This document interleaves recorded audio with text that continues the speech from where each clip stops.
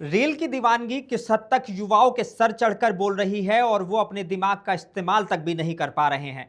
Rail के चक्कर में नौजवान लगातार अपनी जान से खिलवाड़ कर रहे हैं। ताजा मामला बांदा जिले का है, जहां केन नदी पर मौजूद भूरागढ़ रेलवे पुल के ऊपर रील बनाते हुए युवक का वीडियो वायरल हो रहा है। जान की परवाह किए बगैर युवक पुल की रेलिंग के ऊपर चढ़ गया। बता दें कि केन नदी इस वक्त खतरे के निशान के ऊपर बह रही है। पुल से निकलते हुए लोगों ने युवक का वीडियो बना लिया। वीडियो में साफ तौर पर देख सकते हैं कि कैसे युवक रेलवे की हाई टेंशन लाइन के ऊपर खड़ा है। वायरल वीडियो केन नदी पर स्थित भूरागढ़ पुल का बताया जा रहा है। सीओ सिटी राजीव कुमार ने इस मामले में मीडिया को जानकारी दी है। सोशल मीडिया पर दिखाया जा रहा है एक वीडियो दिनांक 15/7/25 का केन नदी के पुल के ऊपर है। वहाँ पर कार्य चल रहा था। इस दौरान एक मजदूर रेलिंग के ऊपर चढ़ के वीडियो बना रहा है।